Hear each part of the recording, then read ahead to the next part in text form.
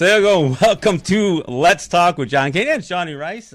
We are still in our spring fund drive mode, so I'm gonna do what we got to do here. We got to convince some of you folks to support this listener-sponsored, listener-supported radio station, and of course, it doesn't hurt that you support this show at the same time.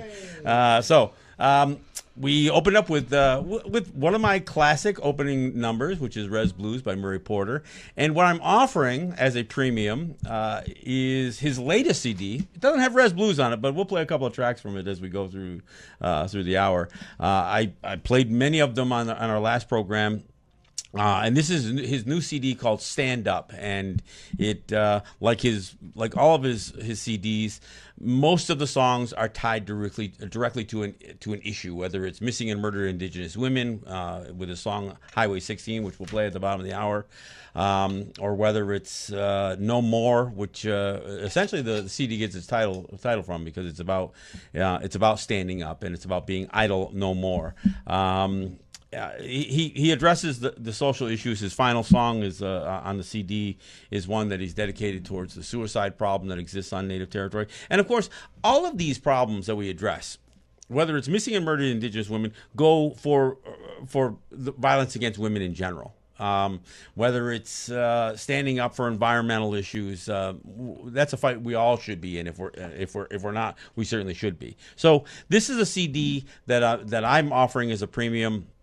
For a $55 donation or more. So for $55, we'll send you something that you're not probably going to find anywhere else. So for $55, we'll send you Murray Porter's latest CD, destined to be an award-winning CD, as his last one was. And we'd just be happy to send this out to you. We are, look. When we're in fund drive mode, we don't care how the donations come in. So if you call the number 516-620-3602 and make a donation of any size, we will greatly appreciate it. If you want a copy of Murray Porter's CD Stand Up, then send $55 or more and tell the operator that's what you're interested in, and we'll send it. If you want to become a BAI buddy, just somebody who commits $10 a month with their credit card or their checking account, then do that. Make sure you mention that you're doing it in the name of this show. Look, any of the money that we raise here is not for this program specifically. It supports, from a management standpoint, this program, but it all goes to the expenses of WBAI. So, again, $55 or more, and we'll send you Murray Porter CD. If you want to become a WBAI buddy, Freudian slip. There we go. For a donation of $10 a month, or even $5 a month. I mean, just whatever you can do, we would greatly appreciate it. And of course, the other thing is we do have a campaign. We are in the final legs of finishing up a build out on a new studio just down the hall, which is going to look better for those of you who are watching us on Facebook Live. It's going to probably sound a little bit better. We're going to have less distraction. It's more of a soundproof studio. So we've got a campaign to raise money to finish that off, and it's called More Than Mics. And we're hoping is the listeners will send in, each listener or 200 listeners anyway will send in $50. Send in $50 and we can finish this thing. So that's what we're looking for. So that's what I'm pitching in this show. Murray CD, the Buddy program, and More Than Mike. So again, you can do all of this stuff by calling in at 516-620-3602 or going online at www.give2wbai.org. That's give the number 2 WBAI.org, and you can follow the prompts to do that there. All right, so that's what we're doing here, and we'll play a couple of tracks off of Murray's latest CD as we go through the hour. We do have a guest in studio, and so even during our fund drive mode, we're still doing real radio. So we got a guest in studio. I want to welcome Aresh Kawarzad, who is the author. Well, and I hate to even reduce it down to a book. The Upper Manhattan Project is a book that he's putting out there, but it's the content, it's the work that you're doing for that. So let me ask you to introduce yourself and some of the work that you're doing, and then we'll talk about some of the details of both what the Upper Manhattan Project is and what your work in general is. So and again, welcome to Let's Talk. Thank you for having me, and I'm happy to be here to support the fundraising drive. I hope people donate and you get the studio set up. It's an important thing that you're doing here, raising awareness around these discussions.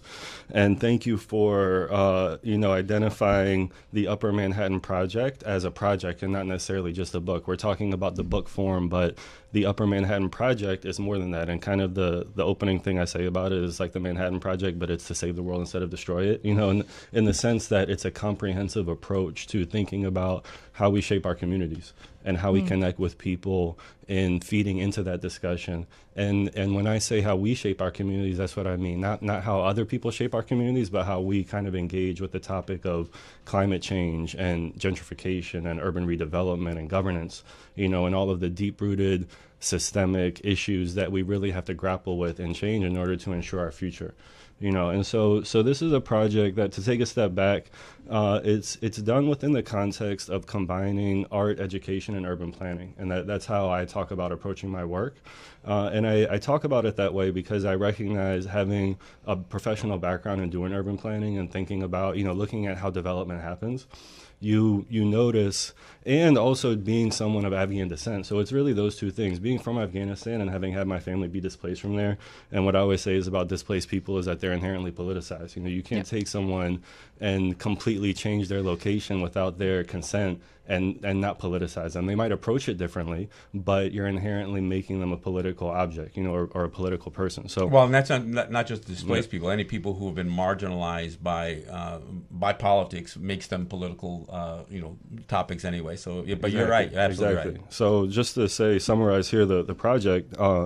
That, having had that life experience and then also having the professional background of really seeing how urban policy is made, you recognize that there are many things that are broken in this process, And so the Upper Manhattan Project, or the Upper Manhattan Project, and I take every copy, I mark out the N, and I make some hand edits to it. Yeah. So it's really like we have to be more active in that. But it really is combining art, education, and urban planning to overcome some of those challenges, which are that people aren't engaged with the process. They don't have the information they need. They're not connecting with it on a human level. And there aren't those opportunities don't exist for a lot of people. So this was a book and a project to really create a community-based plan, to answer the question, what does a detailed community plan look like? To work with people in a different way and to represent the information in a different way. So that's really the artistic component and the design, the creative component to it. Well, usually the idea of culture is analyzed after the urban plan, rather than incorporating culture in the plan. And so when you talk about art and education, I automatically take it into the larger context of culture and how you marry the distinct cultures together, and you do that through art, and you do that through education. So the idea of incorporating that with urban planning, not as an analysis after the fact, but as you're facing, because obviously urban planning isn't something that you just do and then you're done, because everything is a moving target, and especially when you take into consideration climate change, gentrification, economic changes in general. I mean, I've just read the article that was in the paper, just this recent article that talked about how the effects that gentrification has had on moving in droves. I mean, sometimes 30 to 200% increase in white population in what was traditional black communities, and how the black numbers have dropped down. And yet, but you cover that in the book too. Mm-hmm. And when you look at that, it's easy just to look at the numbers associated with businesses moving in, or the mean income raising, but you're not understanding that in doing that, it's not like you're raising the income of the existing people there. You're moving them out and you're bringing in wealthier people. And so that changes the dynamic of everything. So absolutely. I have to assume that in what you've covered in a lot of this plan is that there's that you're trying to be proactive as it relates, especially to not just climate change in terms of rising sea levels, but more severe weather, the displacement of people. How do you survive, or how do you recover after a disaster? One of the things that happened with Superstorm Sandy, most of the dollars that came in to do the repairs went to, again, large corporations that were not even local. It wasn't even the local people who were doing the work. They brought in contractors, nationally ranked and rated contractors to solve the problem. So that adds to the problem. Exactly. And I want to emphasize what you said about how to.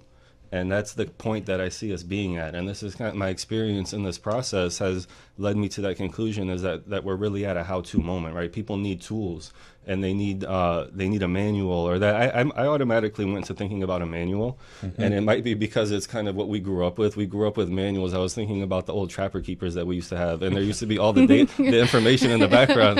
And when you were a kid, you felt like you could solve any problem in the world with a graph, and a chart. Like, I got that right here. Exactly. I can convert a quart into a teaspoon, so I can solve any problem. And I wanted to recapture that in empowering people to think about how they can contribute to solving climate change. Yeah. And that's because the best ideas always come from the community. Right. And yet at the same time, there's a big thirst for information and tools. And a lot of times people will participate in the process, but it's not necessarily providing them with agency for how to make change. Yeah. It's saying, come participate in our process, and then we'll take your ideas and we'll cook something up and we're going to feed it back to you. Right. And that's how it's going to be. That's how it's going to be, basically. Yeah. Rather than making tools for everyone. And I always say that we need tools for the most socially engaged people to the most introverted people who also still care. And I always joke like I'm representing for my introverts, right? Because there's some people who they might really care and they might really be intelligent. You have, brilliant people, artists and mathematicians and designers and, other people who aren't necessarily going to come and join an association, right? But I still see a place for them, and also the other people who are part of networks and part of movements and things like that, right? But that's not how the tools that we create are formatted and provided for people. Well, and some of those tools are big institutional efforts, that can be employed to do some of this or to adapt to change. But some of it might be just grassroots kind of community restoration. People doing gardening and even community farms, that kind of. I mean, there's all kinds of there's so many different levels that not everything has to be $1 million grant to see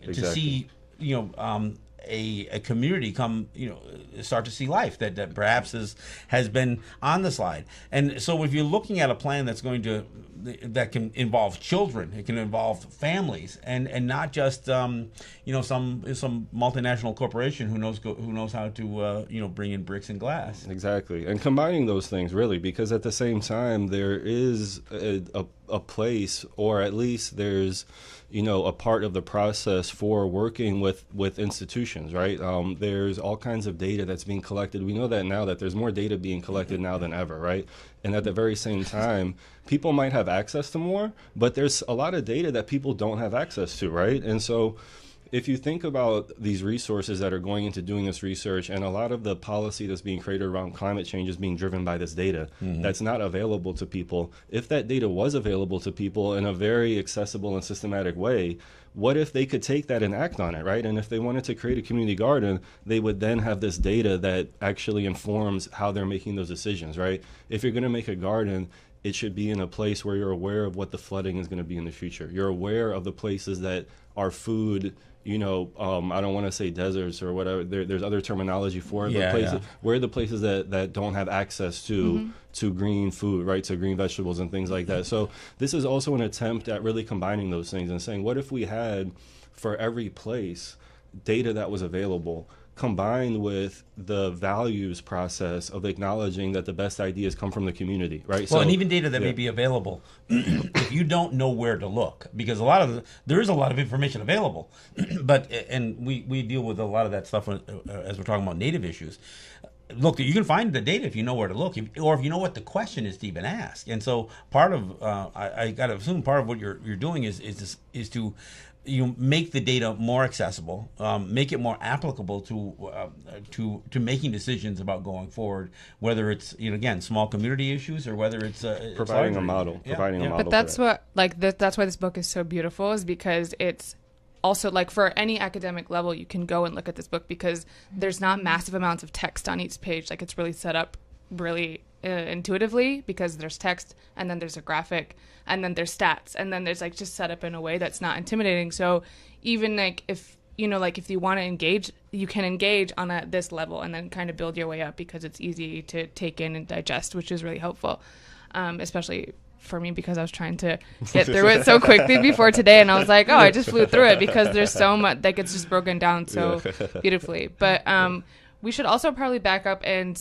like start by like, why is it Upper Manhattan Project and why is it restricted to this area, and what propelled you why to did you go forward concentrate with that? on the Upper Manhattan area? That's a good question. Well, at the time, I was working at an organization called We Act for Environmental Justice, and shout out to them and their staff members, which I saw had to just unionize. So that was a good, really interesting development. And there's a lot of different organizations in New York, and in a lot of respects, it's fortunate that there's places that do environmental justice work, what's known as environmental justice work, which is to really highlight the fact that not every place is treated fairly in terms of environmental impact.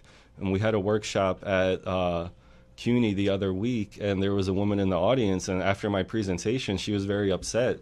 And she was a person of privilege and got up and said, we all drink the same water and breathe the same air. And we were all like, actually, that's not true. We don't all drink the same water and breathe the same air. So, you're saying Fiji. Let's start right there. Did you miss Michigan? Let's start right there. Exactly. Like, there's a place. Yeah. But and we don't all breathe the same air. I mean, obviously, you can look at from community to community based on everything from not only industry but traffic patterns and everything else. That there are some communities that are breathing much higher levels of CO2 and all this other stuff. So it's nice to say those things. So you have that. You have in New York, you have organizations that are supported by foundations that do this work, right? And in a lot of respects, it's fortunate. And so I had the time to talk with people in a very detailed way, and to also take a step back and to acknowledge from the beginning that even though you have these organizations, in no way is it really enough to create the revolutionary change that we need, in my opinion. And so this came out of that experience of also seeing that there is a way to connect with people, but at the same time, you need wide-scale tools for action. That's kind of how I frame it. Wide-scale tools for action, as you described it, anyone from the academic level to the novice level, And so it had come out of my time in talking and really partnering with organizations through that to get access to the data. So the data that we're talking about was gained access to in partnership with organizations through this process. And it allowed me to say, okay, what would it look like if we really did an example detailed analysis from one place? Right, and you have to pick, why is it this place, or you have to why is it any place, right? It's kind of a model. Yeah, start someplace. Exactly. Right? That's what makes it a model rather than one thing that can be applied anywhere, right? The model can be applied, but the data has to be for one place. And when you start to look at a lot of the issues, you start to get into the idea of, well, what is the ideal scale, right? And that's open to debate, I think. What is the ideal scale to work at? What are the boundaries that we should work with? And this acknowledges the challenges in picking a place, right? It's saying we did pick a place. And with Upper Manhattan, I also acknowledge the revolutionary history of Upper Manhattan. Yeah. And that was beautiful to use that as inspiration in thinking about what would Malcolm X do, and the fact that they talked about the areas. And I also see a lot of the work as needing to be continued, right? It's not something that happened that we put away. It's a value and a process of change, a long-term process of change, right? And the struggle is as relevant now as it was. So it came out of this grant process, or foundations giving grants to places and saying, okay, let's do work. And I was a part of that. And so, what came out of it was a lot of data and an approach that also didn't really fit within that. And I say that because I put this emphasis on systems change. And you hear that sometimes, systems change, not climate change. And that's where I think we fail sometimes, is focusing on the climate change and the policy change and not necessarily the systems change. And policy change can be systems change perhaps in some respects, and we need a lot of changes to our legislation, I think. I have a lot of admiration for people who do the hard work that we're seeing a lot of the results now of the advocacy work that people are doing. But at the same time, when you look at the environment and issues like gentrification without a values change, and without a change in our governmental structure, you really have green gentrification, and you have a cleaner environment, but you don't change the power dynamics of a community. Right. People have jobs, but they don't have long-term security within a place, right? So that's really what didn't fit in within that process, was saying, okay, let's really push this thing in a radical direction because we need radical solutions. Well, and when you talk about systems change, I mean, part of what where we're at this point, it's not just about addressing climate change; it's responding to it. So, I mean, climate change isn't just this boogeyman that's out on the horizon. I mean, you can even tie a lot of this. The climate change issue has affected asylum seekers and migration. I mean, there are people who no longer can sustain themselves in some of the places even here in the Western Hemisphere that sustained them before. So they left their sustainable culture, and now they're looking for something that something else. And so we see that even not just in terms of gentrification, but even in a lot of the cities who are seeing an influx in migration, whether it's from again asylum seekers or whatever. So I mean, we're not just talking about trying to do something that is going to curb climate change. We're talking about doing the things that we need to do just to respond to it, because we don't even know. There are a lot of models out there that say how bad things can get. But if we aren't even taking the steps to address the changes we're seeing today and anticipating what's going to come in the short term, well, we'd be nowhere near prepared for any kind of calamity associated with climate change.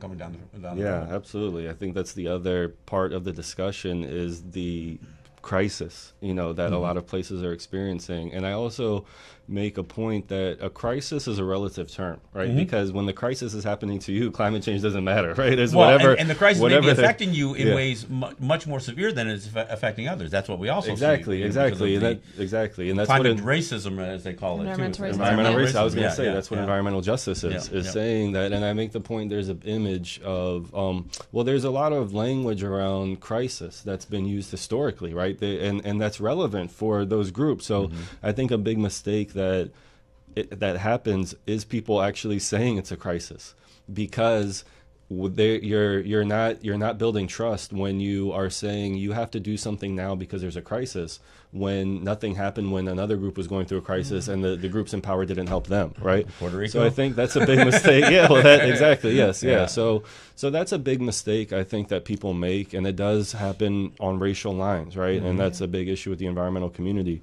And so it's acknowledging that the emergency is environmental and economic, right? And social. So I think when you do that, you kind of deal with the issue of making sure that you're respectful of all the different crises that people are going through and how they're dealing with it, So that's a critical point. But on the other hand, it's hard not to look at things and say we really are at a pivotal moment in terms of how the world is developing with the technology that's becoming available, with the fact that we will actually be, not to get too philosophical, but things will be different. Let's just say that, right? Yeah. And you see the gap in access to technology widening in a lot of respects, right? Yeah.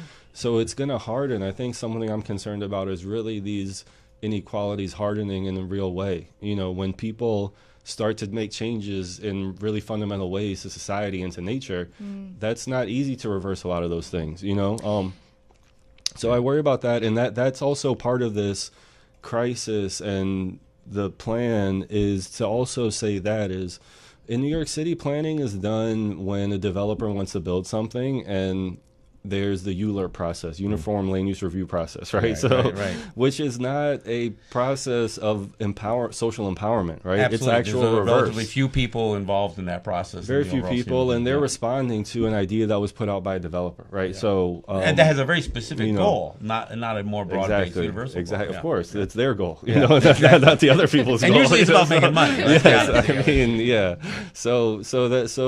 This is really the model is not just the plans. It's not just saying do this, right? It's not just saying build this here and build that there.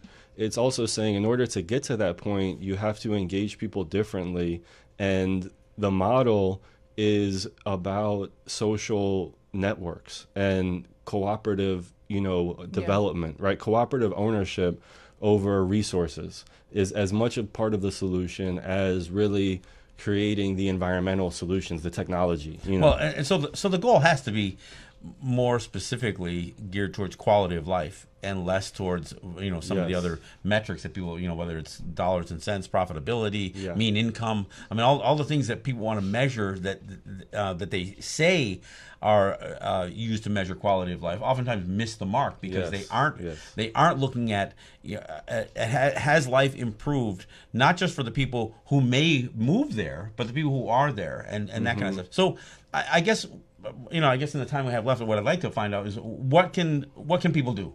I mean, what does your project call out to people to do specifically? Do you have an organization that people can participate in specifically, or is it just look for notifications? What well, should people do? Just to follow up and kind of connect that with your last comment, they're not thinking about quality of life because they're not asked about quality of life, right? And the process, like we were just describing, developers aren't asking about quality of life to people who aren't buying the buildings, right? So the people who are buying the buildings, they might really care, but to everyone else, they don't care. So if you're looking around and you're saying, well, nobody's asking about my quality of life, or there's not a accountability mechanism, because when they're asking about it, okay, they catch on pretty quick, right? They'll start asking about it. That doesn't hurt them to ask about your quality of life. They'll take some notes about it, and then they'll still build the luxury condo, right? Yeah. So you have to be an advocate for community-based planning and saying that we're going to develop our own plan, right? And that's what I'm advocating for, is for people to say, well, where is our process for developing our own plan? But then to take it a step further, the plan has to have these values. And one of the values is that it's also a tool for building our own capacity, right? And our own ownership. Like, ownership is a controversial term, but it's representative of the fact that people don't have agency, right? And they're not really prepared. You mentioned displacement from climate change earlier, and asylum seekers. Asylum seekers in a lot of cases are people who may not really own anything, right? They're being displaced in multiple ways, right? So this is so it's important to think about these things and really be your own advocate.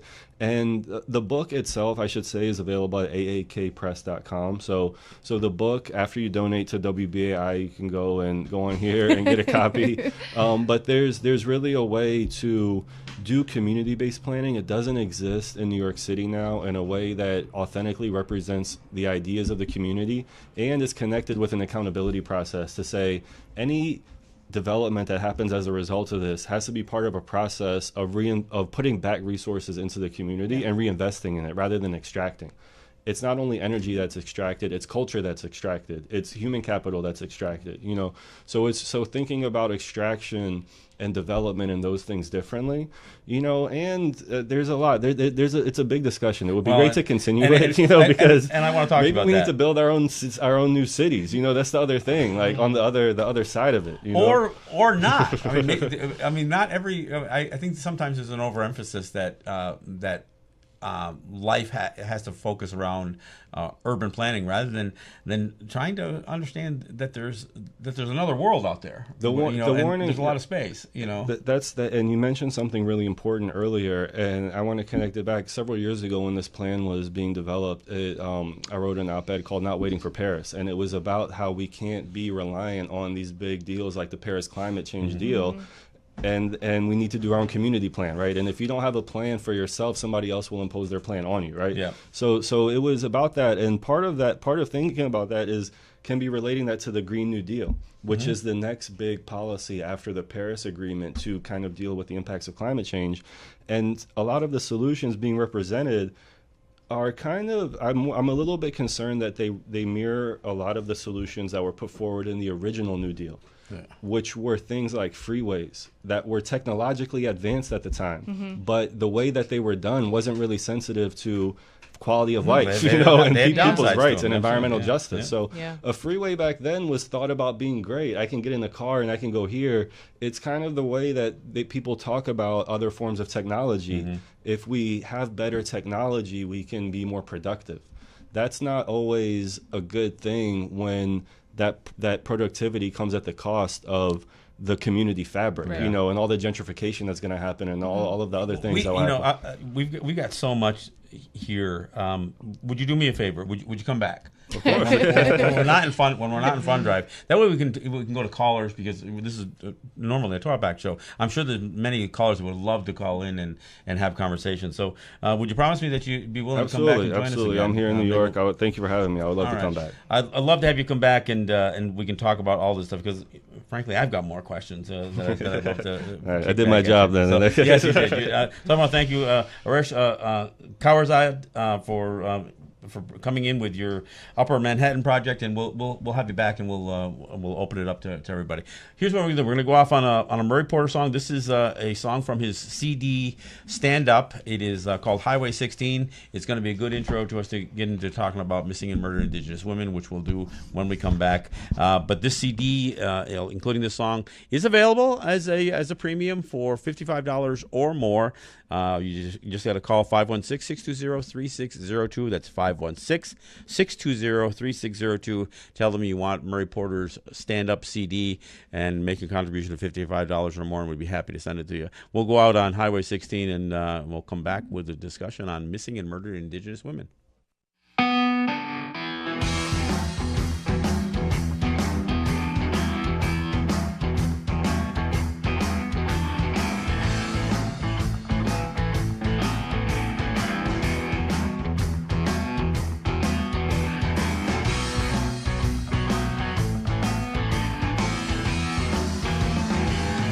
Highway 16, where did our sisters go? Highway 16, where did our sisters go? Seems like nobody cares, nobody cares, nobody knows. Well, mothers and daughters, fathers and sons, brothers and sisters, we've all lost someone. I thought every life mattered, each and every single one. Highway 16, where did our sisters go? Highway 16,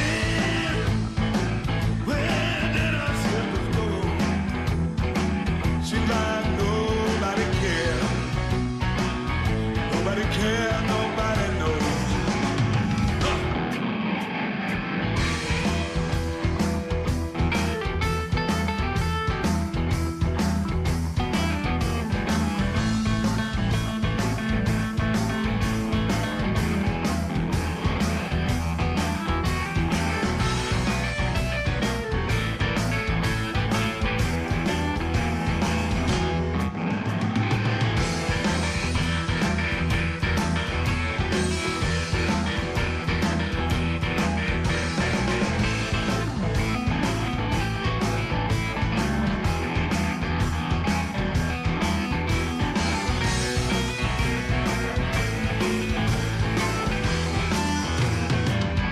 I don't know the answer, and I don't know what to do.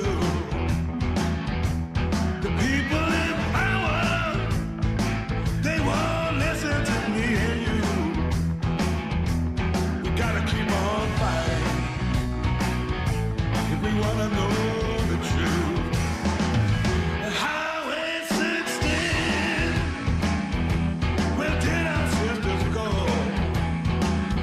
Highway 16, where did our sisters go? Seems like nobody cares, nobody cares, nobody knows. Highway 16, where did our sisters go? Highway 16, oh, where did our sisters go? Seems like nobody cares, yeah. Nobody cares, nobody knows. Seems like nobody cares, nobody cares.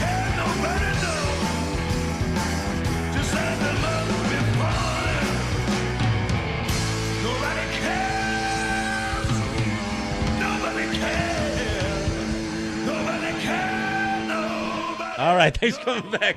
Sorry, we're having this great conversation. I want to thank Aresh for joining us. This has been a great conversation, and we will have him back, and we will have a chance to not only have more of a conversation, but have you. There's so much more content participate in the to conversation. go through, so yeah, definitely. All right, that was Highway 16 by Murray Porter from his new CD, Stand Up. It is a CD that I'm offering as a premium for our Spring Fund Drive.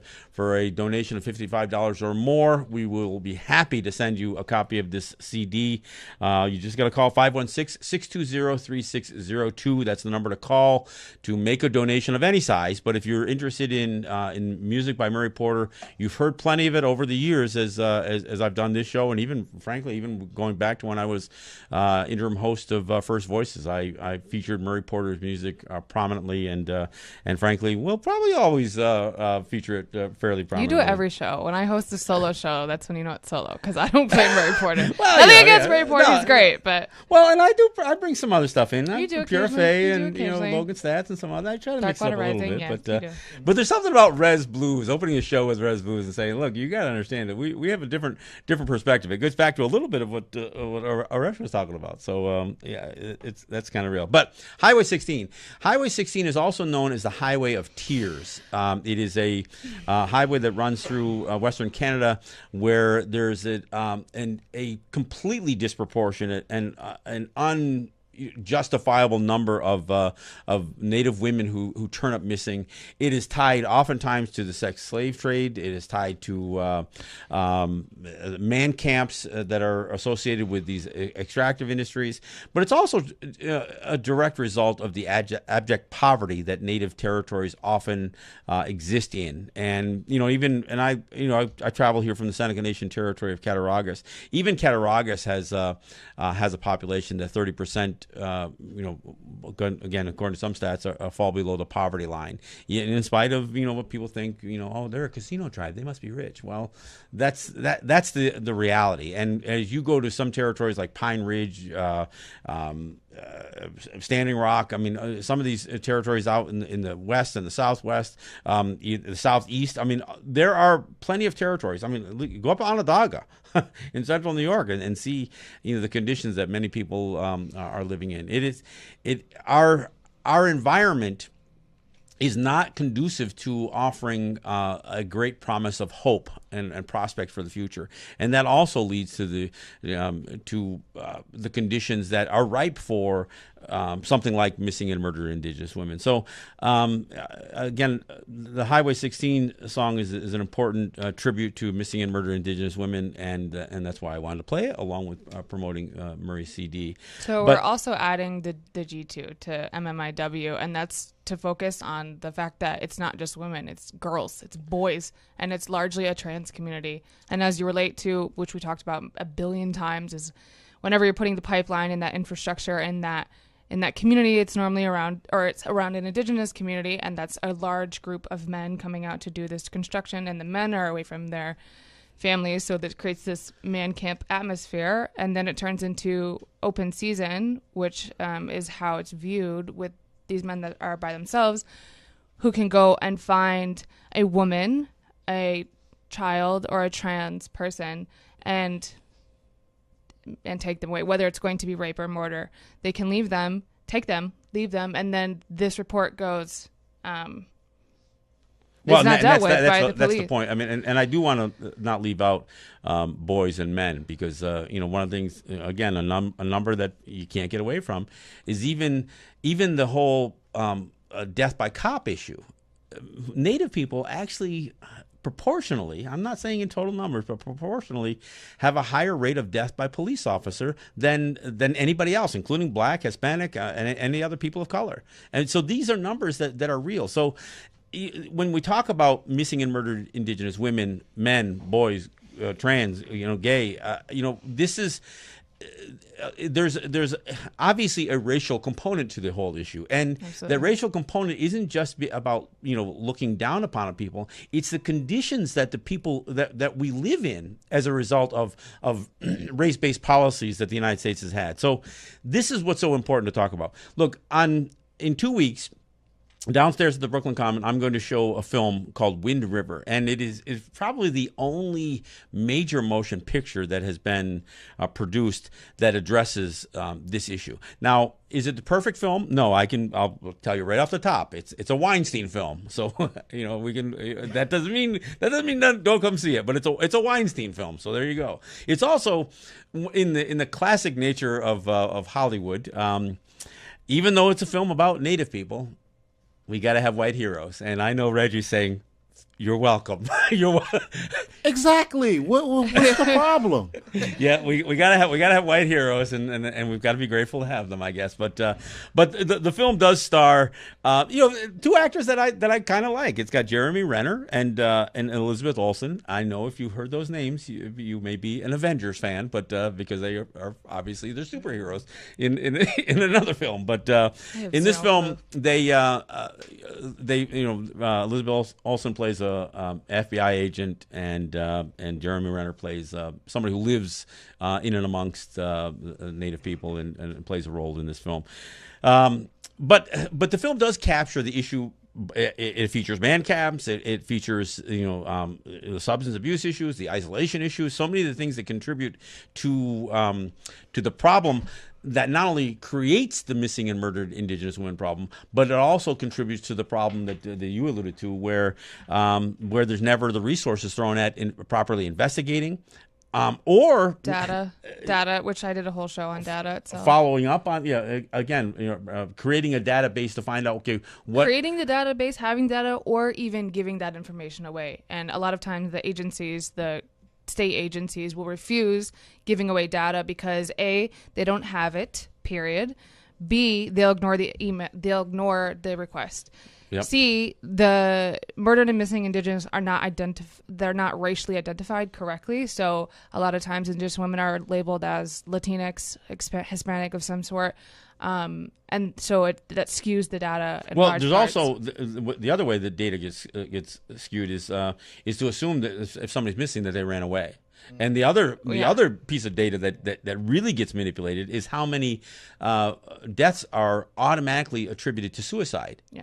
And there's case after case. I know of a specific case in particular. A friend of mine, Melina Massimo, whose sister died in a fall from I don't know what floor it was in a hotel in Toronto, was automatically assumed that it was a suicide, and they never even investigated what else was happening in that hotel room and that kind of thing. So and I've seen this tied to death by train, where an unusual amount of people either are drowned or get struck by trains, and the assumption is that that it's always suicide. So it's another area that the data is skewed, and actually the film addresses. So again, in 2 weeks, the 30th, May 30th, we will show Wind River downstairs at the Brooklyn Commons. We'll start the film up at 7:30. We'll do a bit of a Q&A on missing and murdered Indigenous women afterwards. But come out and join us. I mean, it's the film does,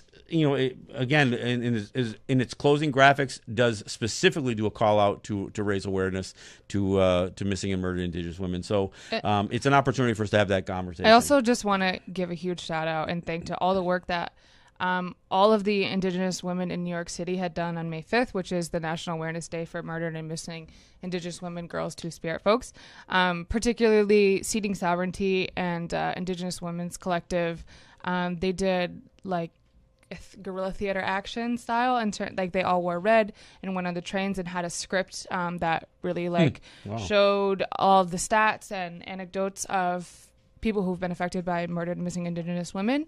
And also, we planted ourselves in front of the National Museum of Natural History. Yeah, is that what it's called? Yeah. The one with the statue. So, which is important because after the collective had went through the museum and came back out, we had stationed ourselves around that statue and made it an ofrenda. And we took Regan, who I've had on the show too. Mm-hmm. Regan sewed over 200 yards of red material, and we wrapped it around that statue. And another super brave Indigenous woman climbed that statue, and she made sure that the ribbon was wrapped around that statue, and that we would finish our action and deliver all of the information to the community that we would need, and we would leave that there so that they had to take it down, which they did. And nobody got arrested because I was wildly nervous watching her climb that, and I was like, got a little bit of flashbacks. Yeah. But nobody was arrested, and and we gave out like little pamphlets to everybody who was walking by. Well, and it was such a even part of beautiful our, our push to remove Columbus Day as a holiday and replace it with Indigenous Peoples Day, and that continues. That process continues. Vermont has done it recently. Maine, other states have done it. A billion other places. But you cannot escape the rape culture that came with folks like Christopher Columbus or Captain Cook or any of these people who've gone into Indigenous communities. And in some of the documents from Columbus's time in the Caribbean, he specifically talks about giving young one passage in particular, giving a young girl to one of his captains, I guess, and the detail that was written about what this woman went through. I mean, it's again, this is what came with colonialism. What comes with imperialism. It's this whole notion of supremacy, and that women are so powerful that they're the ones who are targeted. Well, and that's the other thing that I'm trying to call out is. Look, there are some incredible women who are on the front line of this issue, and there are far too few men that are stepped up. And part of this issue starts at home. And we can talk about whether it's 70 or 80% of the violence perpetrated against women, Native women, happening at the hands of non-Native men, but that still leaves 20 to 30% of the violence being perpetrated by our own men. I played there's this great video from the 1492s that talks about, it's called, in fact, I'll post it again. It's called To the Indigenous Woman. And it talks about the role that the Native men play in violence against women, and the role that and what we need to do to step up. So, that's something that also that I'm not trying to displace the role that women are playing at the front of the thing, but we need to support those efforts and make sure that we don't look the other way when it's our buddies who are abusing the mothers of their children or their children themselves. I mean, we've got to do more. So. I was just going to say how complex that colonization is, because that relationship, that power dynamic changed in Native communities from man to woman because of colonization, because of the poison that it had and the impact. All right. So again, I'm going to go out with another Murray Porter song. It is his call to stand up and to be idle no more, and it's called No More. You can look, if you're interested in the music and you would like a copy of Murray's stand-up CD. Call 516-620-3602. That's the number to call to make a donation of $55 or more and get a Murray Porter CD. You can also become a BAI buddy, or don't forget we're doing our More Than Mike's campaign to finish our studio down the hall. So whatever suits you, we have. There's no such thing as a donation that's too small, except for one that doesn't exist. So you can call 516-620-3602 or go to www.give to WBAI.org. That's GIVE, the number 2, WBAI.org, and follow the prompts there. And we'll be back in a couple of weeks. And again, remember, we got Wind River coming up that will screen on May 30th downstairs at the Brooklyn Commons, 7:30 at 388 Atlantic Avenue. This is John Kane with Johnny Rice, and we thank you for listening. Oh, no.